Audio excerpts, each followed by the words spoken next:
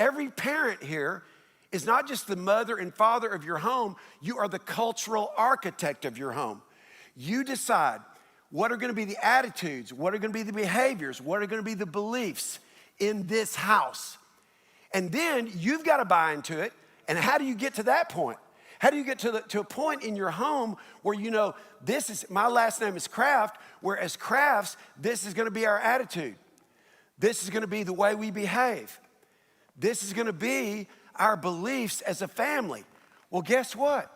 I have to know what core values are. I have to know what matters most to me so I can create that culture in my family. This is where a lot of families miss it because they just don't know. My parents didn't know it. Yours probably didn't either.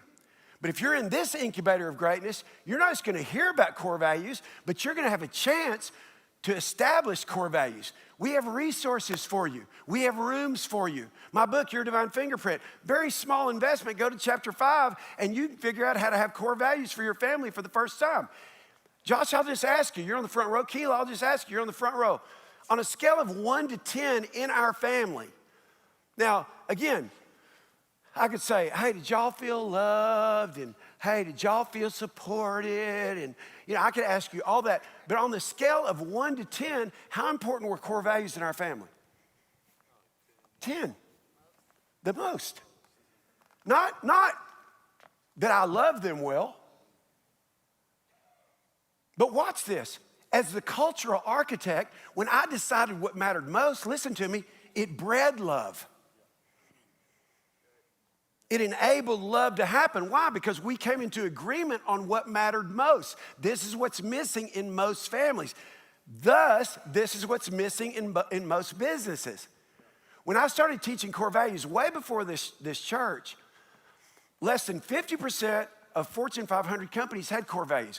And most of the companies who had core values had them on their wall, but they were not in the hearts of their people. What's the point? The point is we have to understand something. I've been given this gift of life. What I do with it is my gift back to God. I haven't just been given this gift of life, but I've been given, number one, gifts of people in my life. All the young people, listen to me. When you get to be a teenager, you have this revelation.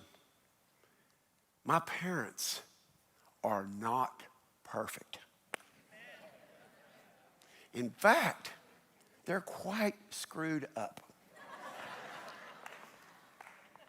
It's true.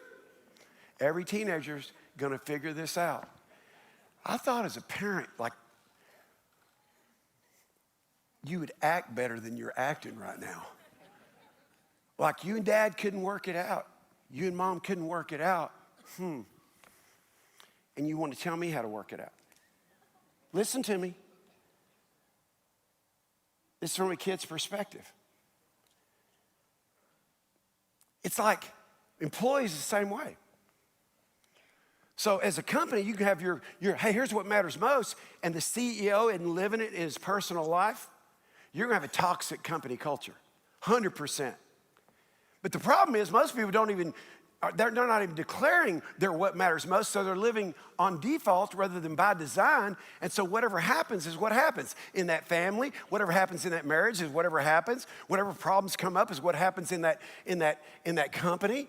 Rather than understanding, wait, this is like the basis. This is the genesis, if you will, of what matters most.